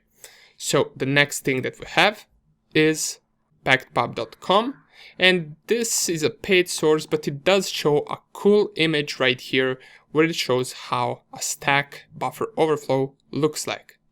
So there is a certain variable that is vulnerable to the buffer overflow. If we overflow it with A's, the saved EBP and the saved EIP are also going to be overflowed with bunch of A's. This way we simply control the EIP, and if we control the EIP, we also control the next code to be executed. Here are also some of the resources. So Secure Coding has an article on how to protect against buffer overflows, and if you don't know assembly language, I do recommend reading this book if you're interested in this stuff. If you're not interested, feel free to skip it, but if you want to learn exploit development, you will need knowledge of assembly, and then you can check out this book, which is decent for beginners. And last but not least, I want to show you this YouTube playlist of MIT course on computer systems security. Now, this is not really connected to the buffer overflows, even though they are covered in this playlist, but it's a really good playlist, MIT lectures devoted to computer security. It does take some prior knowledge, so I do advise on finishing this course first before diving deep into this playlist right here. Okay, nonetheless, this was just an introduction. I will leave all of these resources below in an article so you can check them out. And right now, let's get straight into showing an example of buffer overflow in a simple C code. Welcome back. It's time we show an example of a buffer overflow attack. Now, once again, just to mention, for this specific lecture, you will need a little bit of knowledge of C programming, of assembly language, of how the stack works, and just a little bit of Python as well. If you don't know all of this, you can sit back and just observe and watch this lecture and try to understand as much as possible, and if this is something that interests you, feel free to learn more about it from the resources that I left in the previous lecture. Okay, let's see how hackers discover vulnerabilities, and keep in mind this will be a rather simple example. This is usually much more complex, since the code is usually a lot bigger than the code that we will use. So you will notice right here on my desktop I have two programs, vulcode C and vulcode 2C. So we are going to try to attack both of them. We will just show a simple example on the vulcode C, so let me just open the program so you can take a look at it, and this is pretty much the entire program. Okay? So it has two functions, it has the main function and the read request function. Now, if you are experienced with C programming, you will notice where the error is right away in this code. So let's go through it real quick. The main functions allocates a variable integer called x, and the value of this x is stored from the return value of the read request. If we go to the read request function, it allocates a buffer size 8. It also creates another integer variable, and then it calls this gets function. Any C programmer will right away tell you that this is a vulnerable function, and we're going to see in just a second why that is. After the value returns, it simply prints the number right here to the screen. So we can test this code. Let me just first remove the executables that I already compiled, and let me compile this code, vulcode.c, and output vulcode right here. Now, the compiler will give us a couple of errors, and you will see right away that it gives us a warning for this gets function. It says use fgets instead. Down here we can read, warning, the gets function is dangerous and should not be used. And the reason why it's dangerous is because this function doesn't check for the length of input. It asks for input from a user.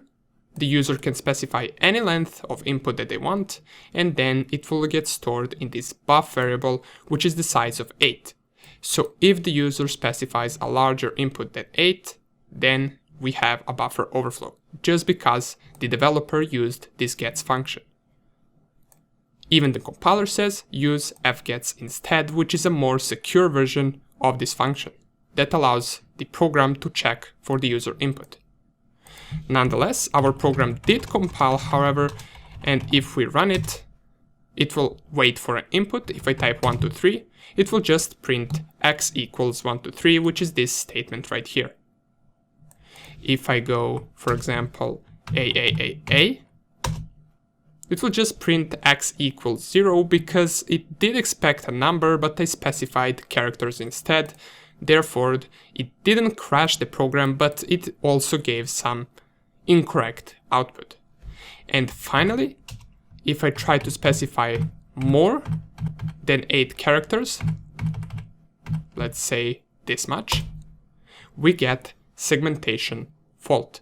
The program crashed, and this is due to this buffer overflow that we have right here.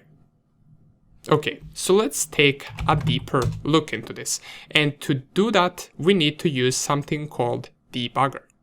For this, I will use GDB, which is a debugger that comes with Linux.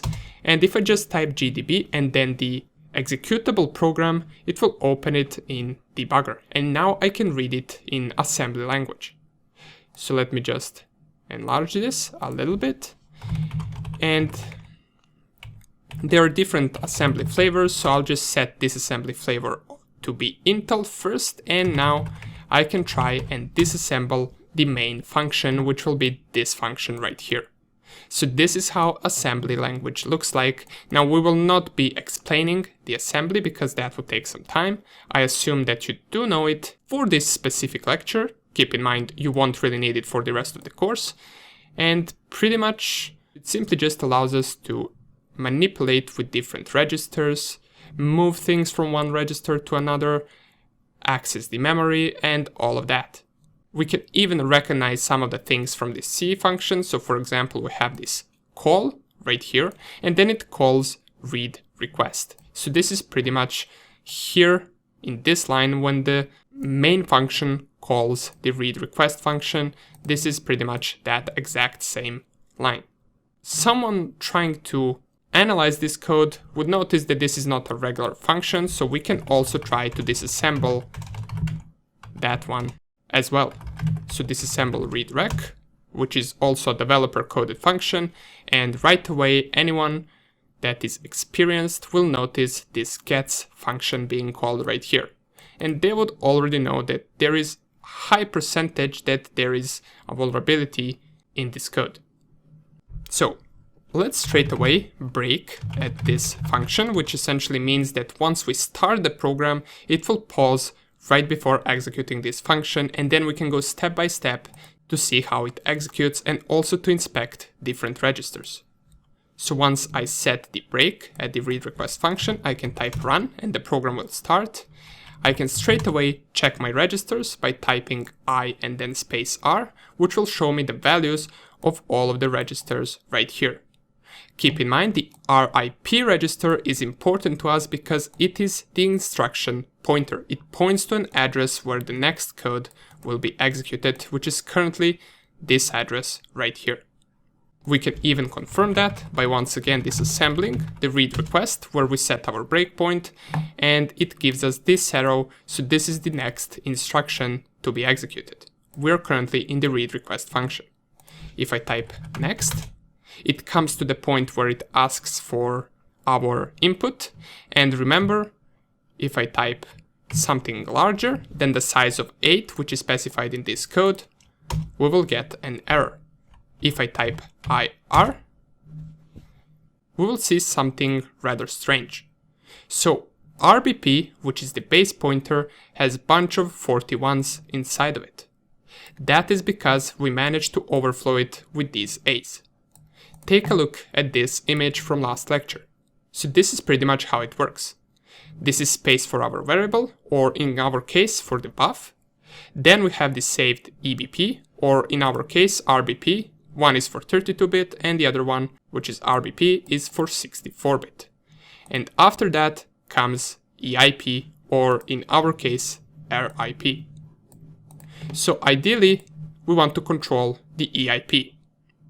Now we need to calculate how much space our variables are using, and we need to calculate how much space EBP is also using.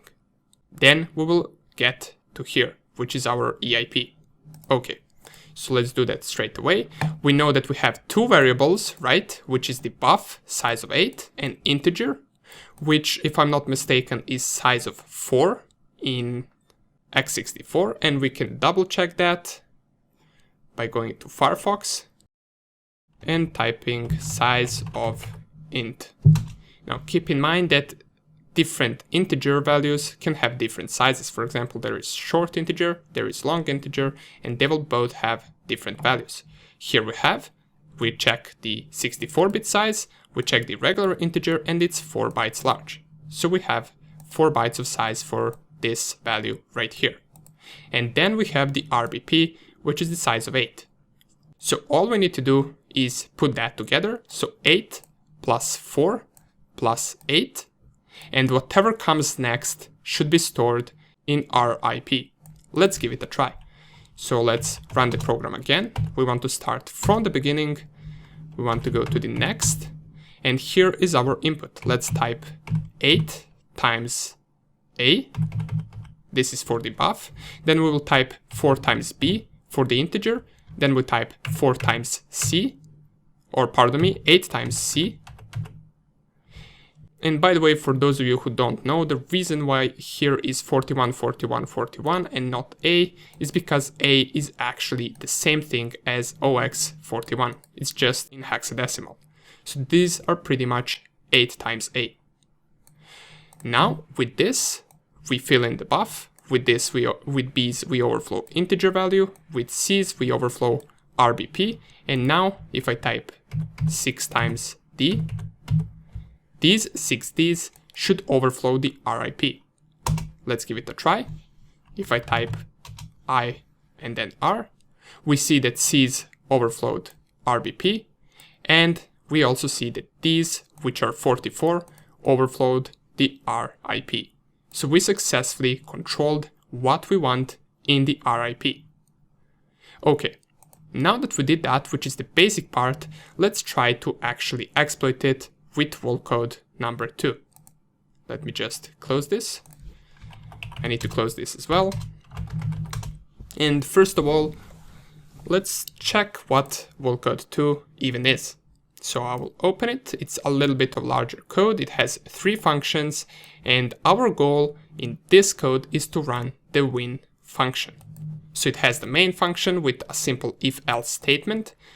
It calls if test password, which then allocates a password variable with a size of 10. It asks us to input the password, and it uses once again the vulnerable gets function to do that. So we already know that there will be a buffer overflow right here with this line, because the password is limited to 10 characters. If this function is called, and it's called in 100% of cases, then it will print failed. In other times, it will print win. So if you look at this code, you will notice that win pretty much never gets called. There is no path in code where win is getting called after a certain line. This if statement will always work, so we will never get to this else win statement. So let's try to hack this program and get to this win statement ourselves.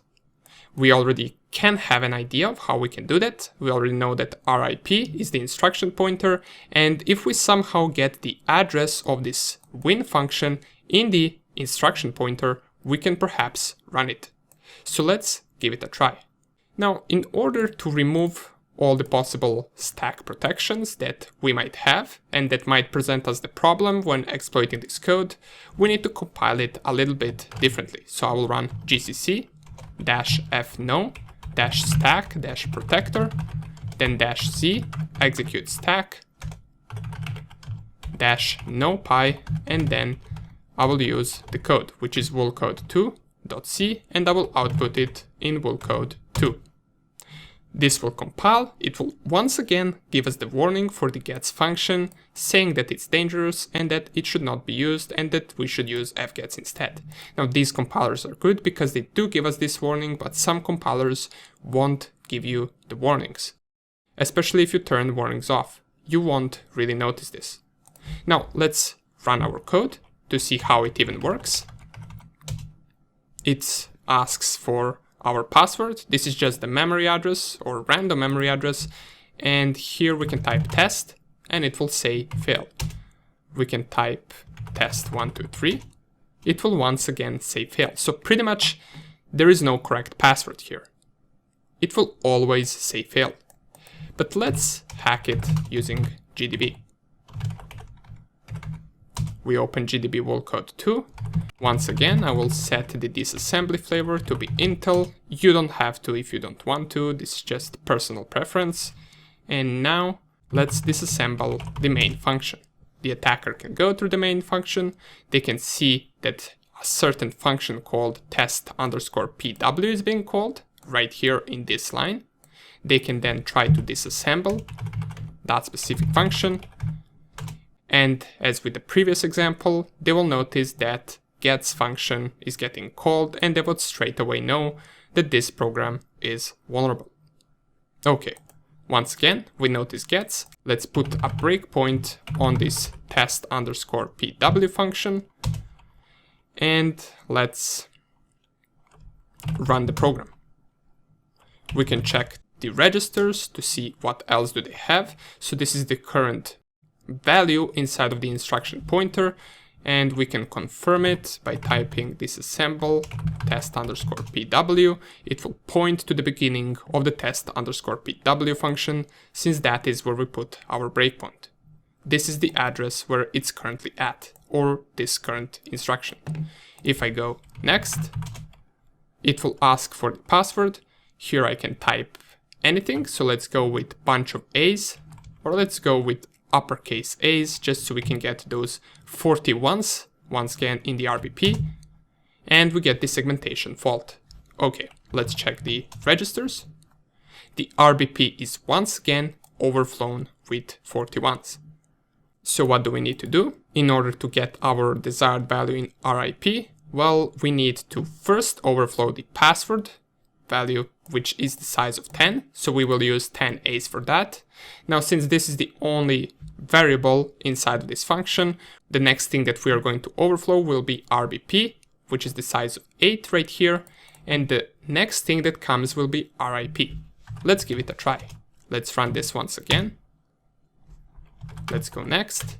So we go 10 times for the password size. We go 8 times for the RBP, and let's use letters B for that. And letters C will be in RIP. Let's check it out. Letters B, which are 42, are in RBP, as we wanted, and letters C are in RIP, which we wanted as well. So we successfully control the value of RIP. But how can we actually get and run this function? Well, all we need to do is we need to put the address of this function inside the instruction pointer. And this instruction pointer will then afterwards execute our function because it's pointing to its address. How can we find out the address of the win function? Well, we can type disassemble win. Here it is, and here is where it starts. So to craft our payload, I will use a help of a small Python program that I have. So let me open a second terminal. Let me enlarge it just so we can see everything better. And let me nano pyx.py.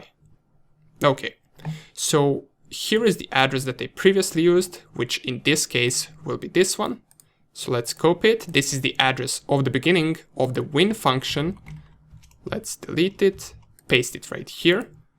And here we actually craft our payload. So notice we have 10 A's for the password, 8 B's for the RBP, and the thing that comes after should be the address of the win function, since that is what we want to run. Now, if we just use this address afterwards, it will not work. Let me show you why.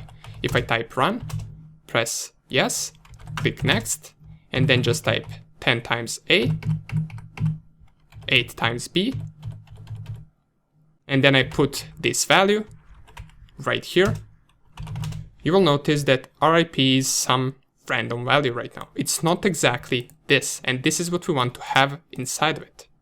This is because we're specifying a string. We need to specify bytes instead. And there is also something called little and big endian, so we also must reverse it in order to make it work. That's why our payload should be these bytes right here reversed. So x40 is first one, or should I say last one in this payload, x11 is in the middle, and x90 will be right here. This is simply just this address reversed. Now, if I save this, close it, and run this program, it prints something weird, right? But this doesn't matter for us. All we want is this payload to be specified inside of this program as an input. We can also run this Python program from the GDB if we wanted to by using this command, R, and then 3 arrows to the left, then $, open brackets, Python2, -c, and simply -c stands for specifying the command between these double quotes, which will then be executed with Python. And all we want to do is print our payload, which in our case is, we already know, 10 A's, 8 B's, and then our address, which we can specify by \x90, \x11, and \x40, if I'm not mistaken. Let me just cat the pyx.py, and here's the address. So 90, right here, 90 being the first one, we got 11 being the second or the middle one, and we got 40 being the last one at the end. Okay, so we specified the password, the RBP, and we also reversed the address of win function. Let's give it a try. All I need to do is close this with single quote after the print statement and with brackets at the end, and if I press enter, it will ask if I want to run from beginning. I will specify yes. Let's check the instruction pointers. So you will notice right now that nothing really happened yet, but if I type next, it will auto input our user input with our payload that we crafted with Python right here. Let's click next. And now if I type I and then R, we will see that RBP is overflown with B's right here, but we'll also see that RIP now has the address of the win function, which even says right here. So if we did everything successfully, if I type next, it should execute the win function, which, let's remind ourselves, prints you win. Let's give it a try. And here it is. It says you win. We successfully hacked this program to make it execute a function that it never really executes when run normally.